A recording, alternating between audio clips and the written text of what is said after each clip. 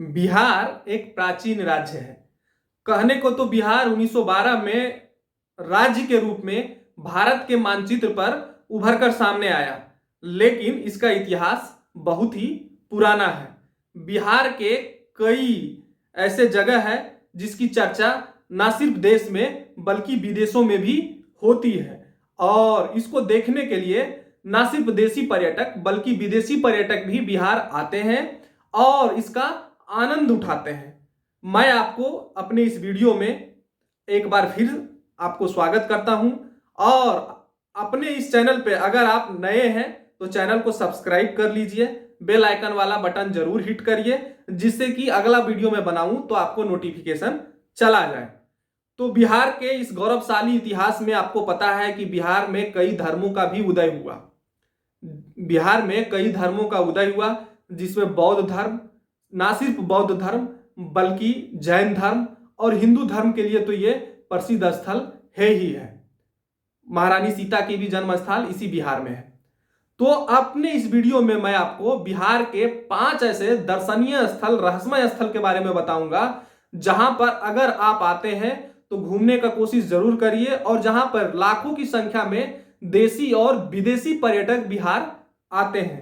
तो मैं अपने इस वीडियो में इन सारी जगहों के बारे में बताऊंगा। तो पहला जगह है इसमें नालंदा विश्वविद्यालय। नालंदा आपको पता है एक समय में दुनिया का सबसे बड़ा विश्वविद्यालय हुआ करता था, और ज्ञान का अगर दुनिया का सबसे बड़ा कोष किसी के पास था तो ये नालंदा विश्वविद्यालय के छात्रों के पास था, नालंदा विश्वविद्यालय के शिक्षकों के पास था। तो नालंदा विश्वविद्यालय एक समय में चरमोत्कर्ष पे था, ऊंचाई के शिखर छू रहा था, और यहाँ पे ना सिर्फ बौद्ध दर्शन की पढ़ाई होती थी बल्कि गणित की, एस्ट्रोलॉजी की, आयुर्वेदा की, साथ ही साथ ज्योतिषी की, बहुत सारी चीजों की यहाँ पे पढ़ाई होती थी। और इससे खिन आकर कहा यह जाता है कि एक बार जब बख्तियार खिलजी विदेशी आक्रांता बीमार पड़ा तो वो इलाज करा रहा था, पर वो सही नहीं हो रहा था। पर वो हिंदुओं से या कहिए कि दूसरे धर्म के लोगों से, बौद्धों से, वो लोग चाह ही नहीं रहे थे, वो सोचता ही नहीं था कि ये हमारा इलाज कर सके या हमारा वो इलाज करें। तो फाइनली हुआ क्या, आपको पता है इसके बारे में कि पन्ना पलटने के लिए उसको दिया गया। उन्होंने बोला ठीक है आप कुरान पढ़ते हैं तो कुरान पढ़िए और इसके पन्ना पलटिए। तो जब कुरान के पन्ने पे जो आयुर्वेदाचार्य थे उन्होंने क्या किया कि लेप लगा दिया औषधियों का, और उससे क्या करता था कि मुंह में उंगली लेता था और उस पन्ने को पलटता था। कहा ऐसा जाता है, जिससे क्या हुआ कि वो ठीक हो गया। बाद में वो खिन्न हो गया। इसके जो वैभवशाली गौरवशाली चीजें थी, मैं बात कर रहा हूं नालंदा विश्वविद्यालय के, इससे खिन्न आकर उसने नालंदा विश्वविद्यालय को जला दिया। ये बात भी सच है। तो अगर आप आते हैं तो नालंदा विश्वविद्यालय जरूर देखिए, अभी भी इसका एक अवशेष बचा हुआ है, और अभी भी देखिएगा तो आपको लगेगा कि कहीं ना कहीं ये विश्वविद्यालय जब अपने चरमोत्कर्ष पर था तब ये कितना बड़ा विश्वविद्यालय था, तब ये कितना बड़ा रहा होगा। अभी के जमाने से कंपेयर नहीं करिए, उस जमाने से अगर आप कंपेयर करेंगे तो। दूसरा स्थल है राजगीर, ये भी नालंदा में ही पड़ता है। बिहार का एक प्रमुख पर्यटन स्थल है राजगीर। राजगीर शहर जैन और बुद्ध धर्मों के लिए भी प्रसिद्ध है। हिंदू धर्म के लिए तो यह शहर प्रसिद्ध है ही, देवताओं का वास कहा जाता है इस शहर में राजगीर को। यह शहर अपने हरे भरे झरने, वादियों, पहाड़ियों और गुफाओं के लिए फेमस है।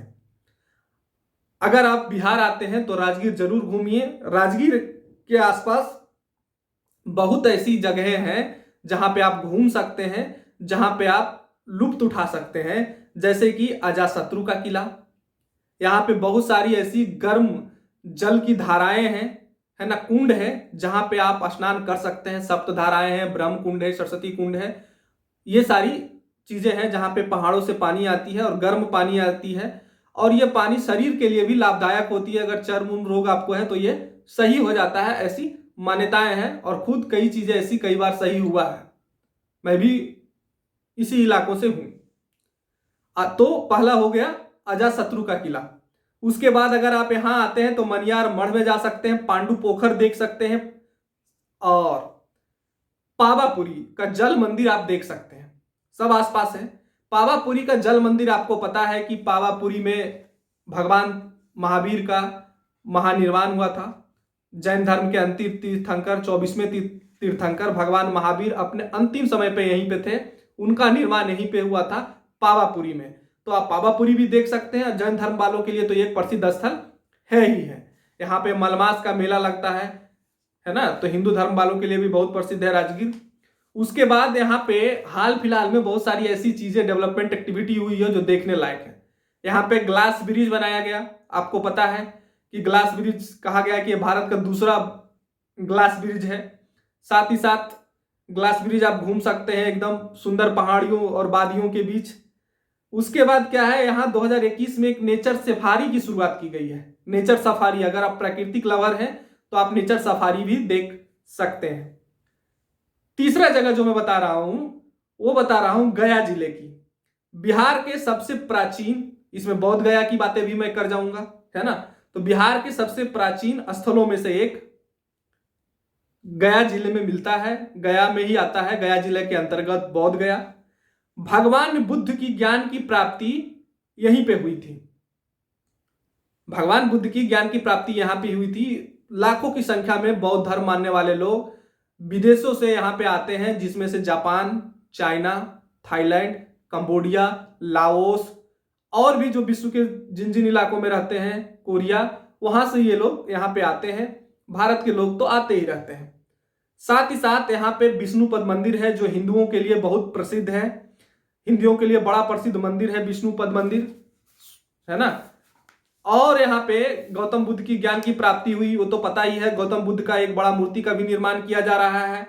साथ ही साथ बोधि वृक्ष, जिस वृक्ष के नीचे भगवान गौतम बुद्ध को ज्ञान की प्राप्ति हुई है, वो देखिए, वही वृक्ष तो है नहीं, वो बाद में नया वृक्ष प्लांट किया गया। लेकिन ये वृक्ष भी बहुत पुराना है। इसके पत्ते आप तोड़ नहीं सकते, गिरे हुए पत्ते को आप छू सकते हैं। तो ये एक बड़ा प्रसिद्ध स्थल है। आपको ये भी पता है कि यहाँ पे पिंडदान होता है। हिंदुओं विदेशों से, देशों से लाखों की संख्या में हिंदू यहाँ पे हर एक साल आते हैं और अपने पितरों का पिंडदान करते हैं, अपने पूर्वजों का पिंडदान करते हैं। और ये स्थल बड़ा ही प्रसिद्ध है पिंडदान के लिए। और ये फल्गु नदी के किनारे होता है। कहा यह जाता है कि भगवान राम अपने पिता का जब पिंडदान करने के लिए यहाँ आए थे तो सामानों की व्यवस्था करने के लिए गए और उतने में ही कुछ ऐसी चीजें हो गई, है ना। महाराज दशरथ आ गए, जो भी चीजें हो गई, तो सीता महारानी ने जो चीजें वहां पे उपस्थित थी फल्गु नदी के किनारे ही उन्होंने पिंडदान कर दिया।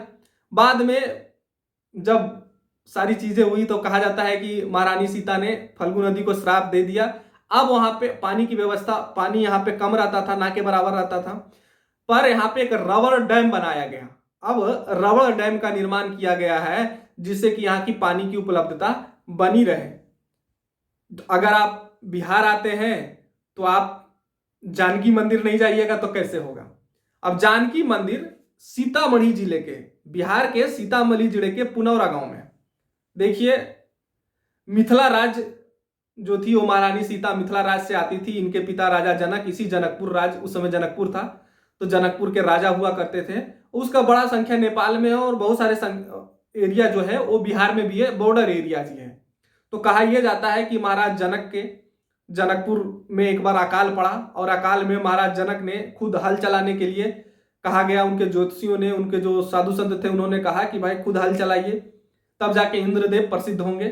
तो हुआ क्या कि जब महाराज जो है जनक वो हल चला रहे थे तो एक मिट्टी के पात्र में महारानी सीता एक शिशु के रूप में वहां पे निकली। तो जो जानकी मंदिर है सीतामढ़ी के पुनौरा गांव में, कहा जाता है कि महारानी सीता का ये क्या है, जन्मस्थली है। तो अगर आप बिहार आते हैं और बिहार के जो राजधानी है वो पटना नहीं जाते तो फिर आप क्या जाते हैं, क्या देखेंगे आप। तो बिहार के राजधानी पटना कई ऐसे मनोरम स्थलों के लिए जाना जाता है। वहां पे सभी तरह के स्थल मौजूद हैं, ऐतिहासिक रूप से, आधुनिक रूप से। बहुत सारे ऐसे स्थल हैं। सिखों के लिए ये स्थल बड़ा ही प्रसिद्ध है। पटना की बात मैं कर रहा हूं। जो उनके 5 तख्त मंदिर होते हैं उसमें से एक प्रसिद्ध यहां पर भी है। पटना के जो पटना सिटी वाले इलाके हैं वहां पे ये मंदिर स्थित है। ये यहाँ पे सिखों के अंतिम और 10वें गुरु गुरु गोविंद सिंह का जन्म हुआ था। कहा जाता है कि गुरु तेग बहादुर सिंह जब आसाम वाले इलाकों से जा रहे थे तो यहाँ पर ठहरे हुए थे, उसी क्रम में गुरु गोविंद सिंह का जन्म हुआ। बाद में शिशु गुरु गोविंद सिंह का, बाद में ये आपको पता है कि खालसा की स्थापना की है और सिखों के लिए इनका बड़ा योगदान रहा। और ना सिर्फ सिख धर्म के प्रचार प्रसार के लिए बल्कि एक लड़ाका कौम बनाने के लिए सिख धर्म में इन्होंने बहुत सारे प्रयास किए, बल्कि हिंदुओं को भी बचाने के लिए इन्होंने बहुत सारे प्रयास किए। कहा जाता है कि इन्होंने अपना सर्वस्व न्यौछावर कर दिया। मैं बात कर रहा हूं गुरु गोविंद सिंह का। तो आप आइए, इनका जन्म स्थल है, यहाँ पे प्रकाश उत्सव पर्व होता है हर एक साल। आप यहाँ पे आकर देख सकते हैं, घूम सकते हैं, गुरुद्वारा जा सकते हैं। साथ ही साथ यहाँ पे और भी कई स्थल है ऐतिहासिक रूप से। भारत का सबसे बड़ा जो कहते हैं एक छत्र साम्राज्य जो निकला, मौर्य साम्राज्य, उसकी राजधानी हुआ करती थी पाटलिपुत्रा, पाटली, कुसुमपुर, पाटलीग्राम, बहुत सारे स्थलों के नामों से जाना जाता है पाटलिपुत्रा को। पटना इसका नाम है। तो ये है। साथ ही साथ जाना जाता है। तो यहाँ आइए, अब आधुनिक रूप से यहाँ पे संजय गांधी जैविक उद्यान है। अब संजय गांधी जैविक उद्यान घूम सकते हैं जाके, है ना, अगर नेचर लवर है तो। पटना का जो भगवान महावीर का मंदिर है, आप वहां भी घूम सकते हैं, देख सकते हैं। और भी कई स्थल ऐसे हैं जो मौर्यकालीन, गुप्तकालीन, है ना, अंग्रेजों के समय बनाई हुई चीजें हैं, मुगलों के समय। तो ये सारी चीजें हैं। पटना आइए तो जरूर घूमिए। मेरे हिसाब से मैंने आपको 5 स्थल बताई। अगर आपको कोई स्थल लगता है जो मैंने छोड़ दिया तो 5 ही सेलेक्ट करना था, तो 5 में से तो कुछ ना कुछ को तो छूटना ही है। बिहार में हजारों ऐसी स्थलें हैं जिसको देखा जा सकता है। रोहतास हो गया, रोहतास में आपको पता है कि शेरशाह का किला, फिर आप वैशाली चले जाइए तो और भी चीजें हैं। फिर अशोक धाम चले आइए, लखीसराय का भगवान महावीर, भगवान शिव का प्रसिद्ध स्थल मंदिर। फिर अगर आप शेखपुरा जिले आते हैं तो सामस आइए, विष्णु धाम। तो बहुत सारी ऐसी जगह हैं। फिर आप मुजफ्फरपुर चले जाइए, वहां का भी एक शिव मंदिर बड़ा फेमस है। तो जो भी मेरे को देख रहे हैं बहुत बहुत धन्यवाद। चैनल को लाइक करिए, सब्सक्राइब करिए। जय हिंद, जय भारत, जय बिहार।